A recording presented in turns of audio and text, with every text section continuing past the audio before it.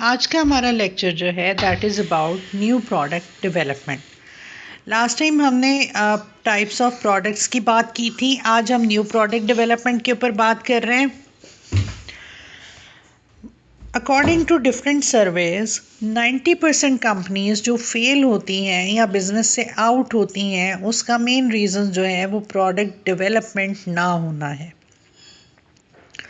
वक्त के साथ साथ कस्टमर्स की प्रेफरेंस चेंज होती है, आपके मार्केट का, आपके कस्टमर्स का टेक्सचर चेंज होता है, आपकी टेक्नोलॉजी चेंज होती है, इकोनॉमिक फैक्टर्स चेंज होते हैं, लाइफस्टाइल के अंदर चेंज आता है।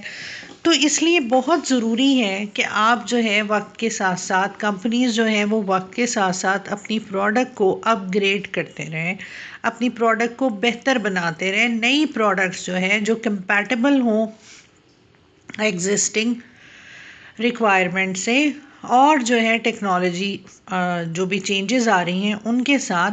तो ऐसी प्रोडक्ट्स को मार्केट में लाना ज़रूरी है for the survival of the company. अगर ये नहीं करेंगे तो कंपनी जो है वो बहुत लंबे अरसे तक मार्केट में सर्वाइव नहीं कर पाएगी, बाकी नहीं रहेगी और वो आहिस्ता आहिस्ता ख़त्म हो जाएगी। अगर हम कंपनीज़ के ऊपर जो है फोकस करें या हम प्रोडक्ट्स के ऊपर फोकस करें तो बहुत सारी ऐसी प्रोडक्ट्स हैं जो हमारे अर्ली चाइल्डहुड में मौजूद थी और by the passage of time जो है वो ख़त्म होती जा रही हैं, वो इरेडिकेट होती जा रही हैं, वो ऑब्सोलीट होती जा रही हैं।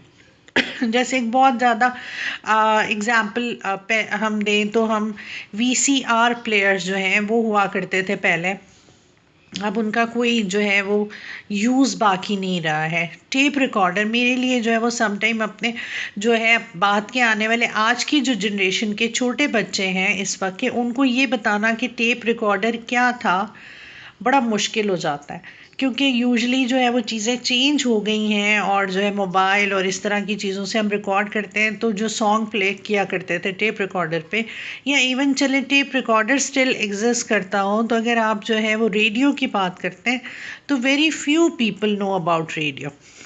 जो नेक्स्ट जनरेशन है, जो कि इस वक्त की यंग पीपल हैं, बच्चे हैं, टीनेजर हैं, तो उन्होंने अपने घर में रेडियो बजते हुए नहीं देखा है।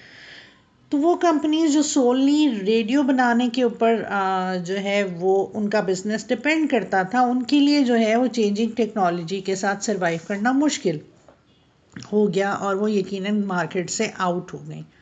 तो न्यू प्रोडक्ट डेवलपमेंट जो है दैट इज़ वेरी एसेंशियल।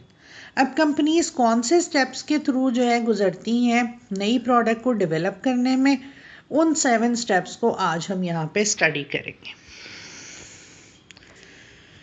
चलें जी।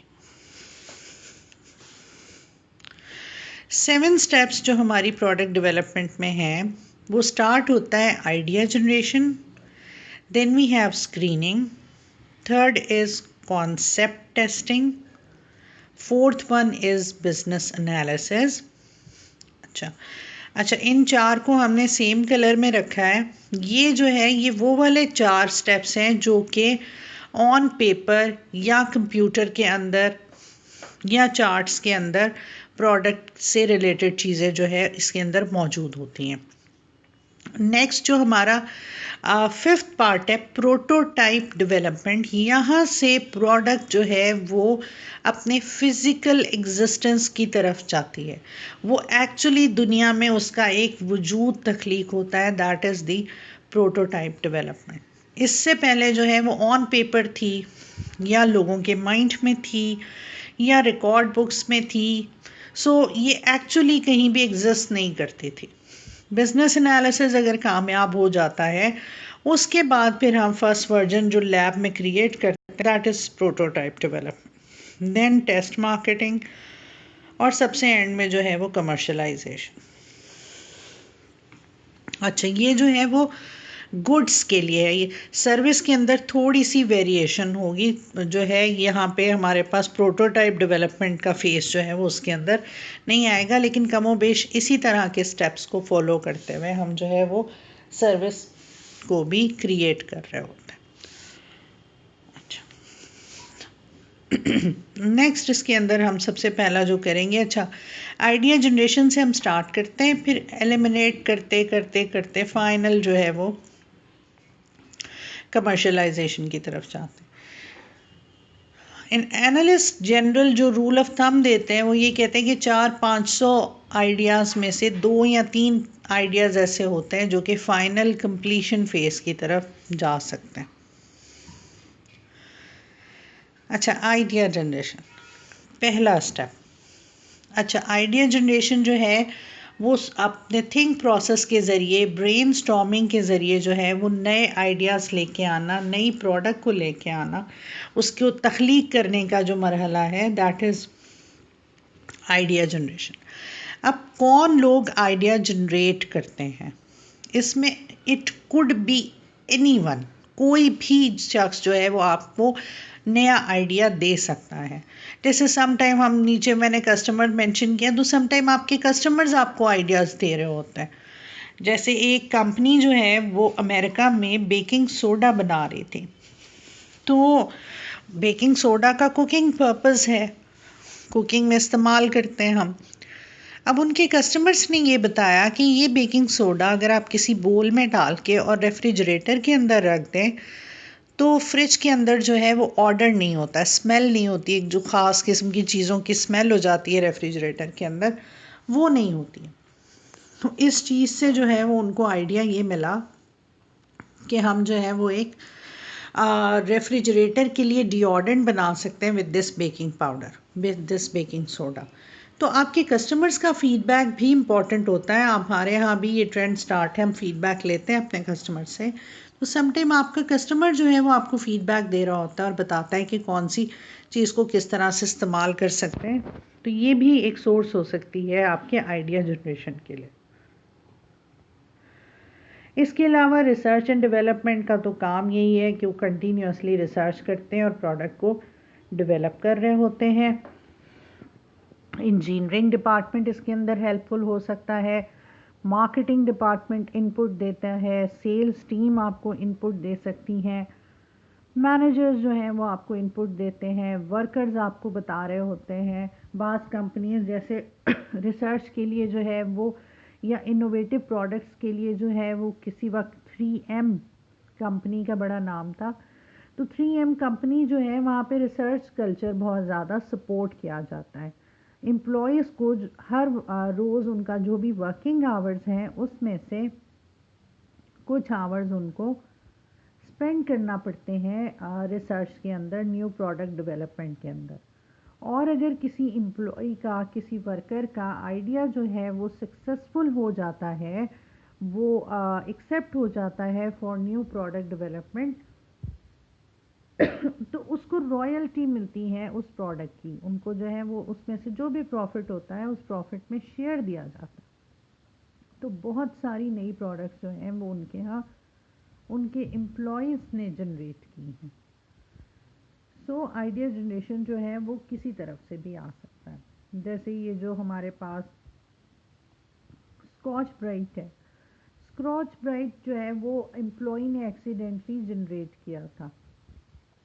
3M के एक एम्प्लॉय थे, तो वो he was quite scared about shaving. उनको ये बड़ा डर लगता था कि मैं जब रेज़र से शेव करूँगा तो वो मेरे गले वले पे कट लग जाएगा और जो है मुझे, मेरे लिए ये डेंजरस हो सकता है।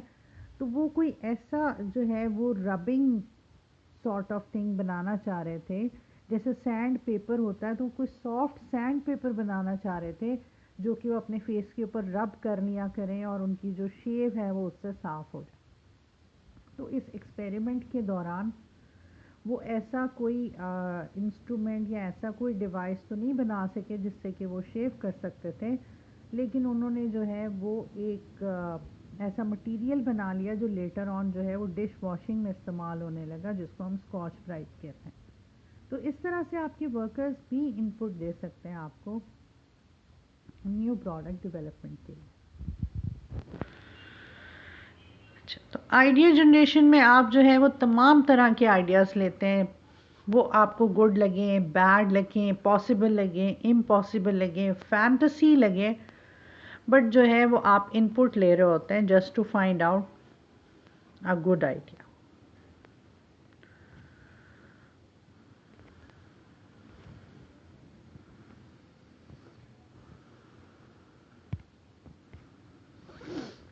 अच्छा, उसके बाद वी हैव स्क्रीनिंग।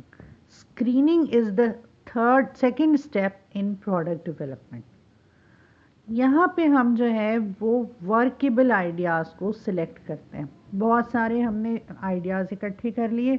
अब उन आइडियाज़ में से हमने ये देखना है कि कौन सा आइडिया जो है वो प्रैक्टिकल हो सकता है, कौन सा आइडिया है जो कि सेल हो सकता है। सिर्फ प्रैक्टिकल होना काफ़ी नहीं है, बहुत सारे आइडियाज़ ऐसे हो सकते हैं जो कि प्रैक्टिकल हों। प्रैक्टिकल से मेरी मुराद ये है जिनके ऊपर प्रोडक्ट्स को डेवलप किया जा सके, लेकिन जो है उन आइडियाज़ को हम मार्केट में सेल नहीं कर पाए।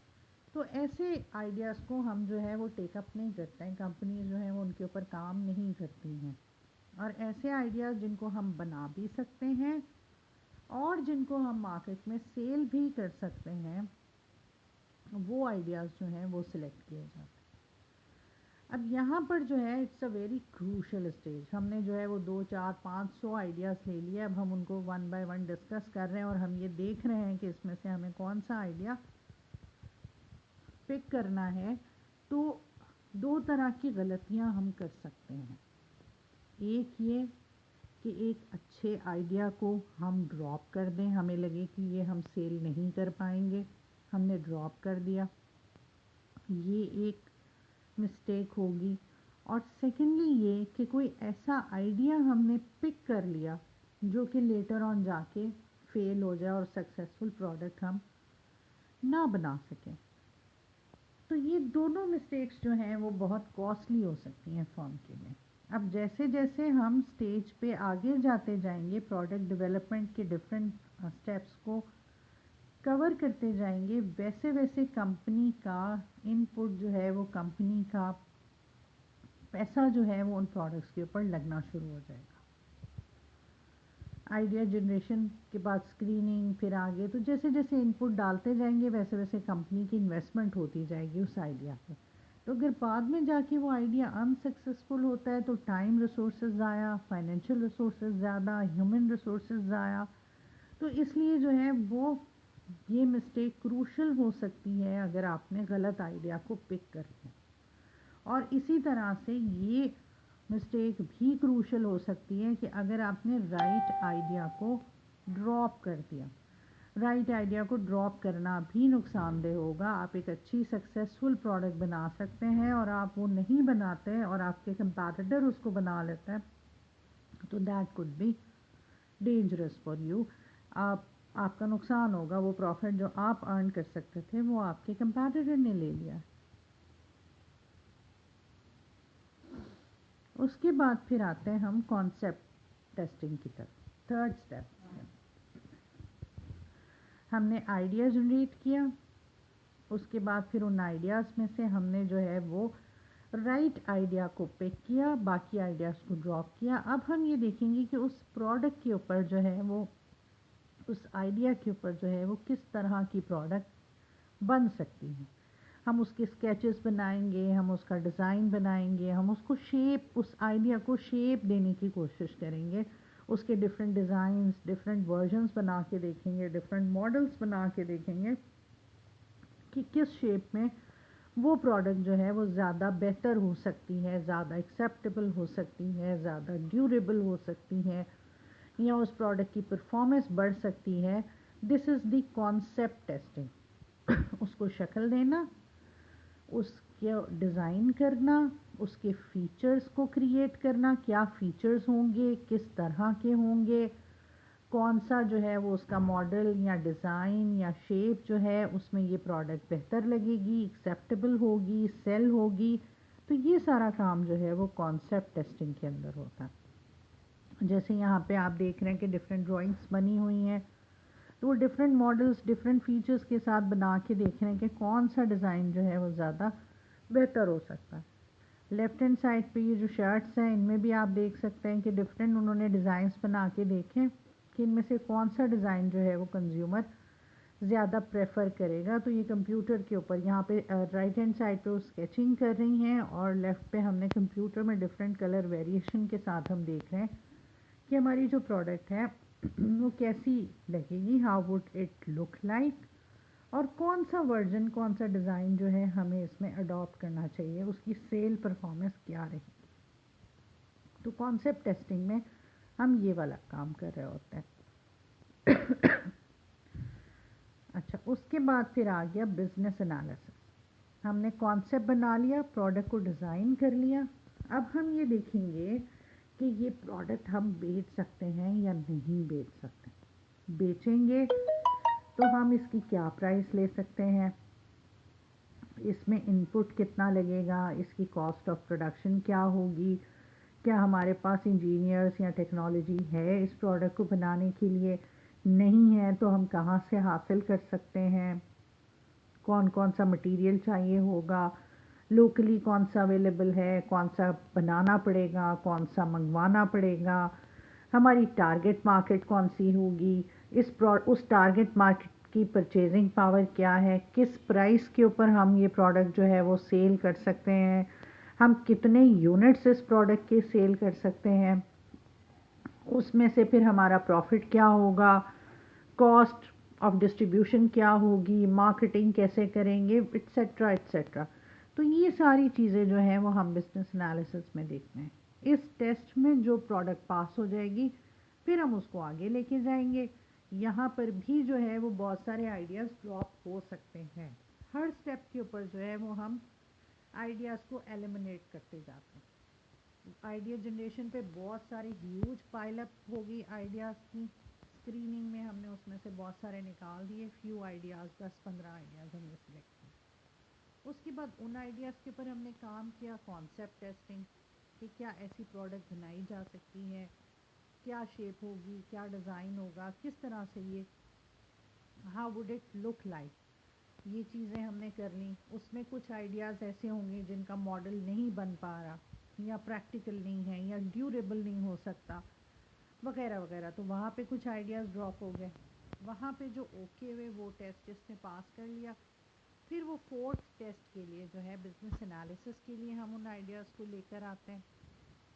यहाँ पे जो है वो हम उसकी प्रोडक्शन कॉस्ट, प्रोडक्शन से रिलेटेड तमाम आस्पेक्ट्स, उसकी प्राइस, टारगेट मार्केट और ये सारी चीज़ें जो है हम उनके ऊपर एनालिसिस करते हैं। और यहाँ पे जो आइडियाज़ जो है प्रॉफिटेबल अपीयर होते हैं, जिनके हम reasonable number of unit sale कर सकते हैं, प्रॉफिटेबिलिटी देख सकते हैं, उन आइडियाज़ को हम पिक करते हैं। और जो आइडिया हमें लगता है कि बहुत ज़्यादा प्रॉफिटेबल नहीं होगा, या प्रॉफिटेबल है लेकिन हम बहुत सारे यूनिट सेल नहीं कर पा रहे, सपोज़ हम जो है वो हमारी कॉस्ट ऑफ प्रोडक्शन 70 है और हम उसको 100 पे सेल कर सकते हैं, तो हमारा पर यूनिट प्रॉफिट 30 आएगा, प्रॉफिटेबल है। लेकिन सपोज़ हम बहुत यूनिट्स नहीं बेच सकते, बहुत छोटी सी मार्केट है जो वो पर्टिकुलर प्रोडक्ट ख़रीदेगी, और उस प्रोडक्ट को बनाने के लिए हमें एक इन्वेस्टमेंट करना पड़ेगी, फ्यू मिलियंस। तो हम ये भी कंपेयर करते हैं कि जो इन्वेस्टमेंट हम कर रहे हैं और जो प्रॉफिट आ रहा है, क्या वो रीज़नेबल है, इतनी इन्वेस्टमेंट पर मिलने वाला प्रॉफिट, मिलने वाला रिटर्न अगर रीज़नेबल है तो हम जाते हैं। समटाइम क्वाइट पॉसिबल कि प्रोडक्ट प्रॉफिटेबल भी हो, उसकी सेलिंग प्राइस माइनस उसके ऊपर जो कॉस्ट इनकर हो रही है वो positive result they, but still चूंकि नंबर ऑफ यूनिट्स बहुत कम है, मार्केट साइज बहुत छोटा है, तो फिर हम उस प्रोडक्ट के लिए नहीं जाते हैं। तो बिजनेस एनालिसिस में सब कुछ कवर किया जाता है, सिर्फ हम उसकी प्रॉफिटेबिलिटी नहीं देखते हैं, हम जो है ओवरऑल तमाम चीज़ों को कंसीडर करते हैं कि ओवरऑल इस प्रोडक्ट को, इस आइडिया को टेकअप करने में हमारे पास क्या रिज़ल्ट होगा। ओके, अब हम जो है वो उस फेज़ पर आए हैं जहाँ पे हमारी प्रोडक्ट एक्चुअली फ़िज़िकली एग्जिस्ट करेगी। इससे पहले तक प्रोडक्ट जो है उसका एग्जिस्टेंस नहीं था, वो हमारे दिमाग में थी, वो हमारी फाइल्स में थी, वो हमारी टैबलेट्स या लैपटॉप्स में उसके डिज़ाइन थे, अब प्रोटोटाइप डेवलपमेंट का मतलब ये है कि हम अपनी लैब में उस प्रोडक्ट को एक्चुअली बना के देखते हैं कि ये प्रोडक्ट जब बनेगी तो कैसी होगी। मुख्तलिफ़ किस्म के डिज़ाइंस एक्सपेरिमेंट्स किए जाते हैं, उसकी ड्यूरेबिलिटी देखी जाती है। तो इस तरह की तमाम चीज़ें एक्सपेरिमेंट्स करके उसके एक्चुअल मॉडल के ऊपर डिफरेंट मॉडल्स बनाए जा सकते हैं। 2 3 4 डिज़ाइन जो आपके पास हैं, फिर आप देखते हैं कि उनमें से कौन सा डिज़ाइन जो है वो सबसे अच्छी परफॉर्मेंस दे रहा है, या कौन सा डिज़ाइन है जो कि सबसे ज़्यादा प्रेफरेंस ले रहा है कस्टमर्स की, अच्छा लगेगा, उस डिज़ाइन की तरफ आप जाते हैं। जैसे एक कारपेट मैन्युफैक्चरर्स हैं वो क्या करते हैं, लोगों को पे करके बुलाते हैं कि जी ये कारपेट है, आप इसके ऊपर जो है वो 2 घंटे तक वॉक कीजिए या 1 घंटे तक वॉक कीजिए। तो वो उसकी ड्यूरेबिलिटी चेक करते हैं कि ये जो हमारा कारपेट है इसको कितनी इसकी स्ट्रेंथ होगी, कितने अरसे के बाद, कितनी वॉक के बाद जो है वो इसके अंदर वियर एंड टियर आएगी। नया कोई टेलीविज़न मॉडल आता है तो उसको चला के देखते हैं, साउंड चेक किया जाता है, पिक्चर क्वालिटी देखी जाती है। तो जो भी नई प्रोडक्ट आप लेकर आ रहे हैं उसका जो पहला मॉडल आप बनाते हैं लैब के अंदर, वो फेज़ कहलाता है प्रोटोटाइप डेवलपमेंट। तो इस फेज़ में जो है वो डिफरेंट डिज़ाइंस कलर्स जो है वो लगा के डिफरेंट मॉडल्स बना के हम देखते हैं कि हमारी प्रोडक्ट जो है वो कैसी नज़र आएगी, कैसा परफॉर्म करेंगी। तो उसकी परफॉर्मेंस को देखा जाता है, लैब के अंदर उसको टेस्ट किया जाता है। तो this is the prototype development. Prototype development phase में जब प्रोडक्ट्स क्लियर हो जाती हैं, उसमें से जो आइडियाज़ जो है वो सक्सेसफुल हो जाते हैं, फिर हम उनको लाते हैं टेस्ट मार्केटिंग की तरफ। टेस्ट मार्केटिंग में हम जो है वो स्मॉल सेगमेंट ऑफ कस्टमर्स को अपनी प्रोडक्ट ऑफ़र करते हैं और फिर हम उनका रिस्पॉन्स लेते हैं कि उनको ये प्रोडक्ट जो है वो कैसी लगी, और उसका अगर कोई एडिबल है तो उसका टेस्ट, उसकी जो है वो रिलेटेड एट्रीब्यूट्स जो है उन सब के बारे में कस्टमर्स का फीडबैक लिया जाता है। उस फीडबैक की बेसिस पे हम देखते हैं कि हमारे प्रोडक्ट की जो क्वालिटीज़ हैं वो कस्टमर्स को अच्छी लग रही हैं या नहीं लग रही हैं। अगर तमाम चीज़ें एक्सेप्टेबल हैं, कस्टमर्स ने उसको एज इट इज़ ओके कर दिया है, तो फिर हम जो है वो आगे जाते हैं उसको फर्दर प्रोडक्शन में डालने के। लेकिन अगर कस्टमर की तरफ से रिस्पांस में कोई चेंज आता है, कोई ऐसी चीज़ है जो कस्टमर्स को पसंद नहीं आई है, तो फिर हम उस प्रोडक्ट को मॉडिफाई करते हैं। ये भी पॉसिबल है कि टेस्ट मार्केटिंग के दौरान कोई प्रोडक्ट कंप्लीटली जो है वो कस्टमर्स की तरफ से रिजेक्ट कर दी जाए। तो ऐसा भी हो सकता है। यहाँ पे इस स्टेज पर आने के बाद भी प्रोडक्ट्स जो हैं वो रिजेक्ट हो जाती हैं।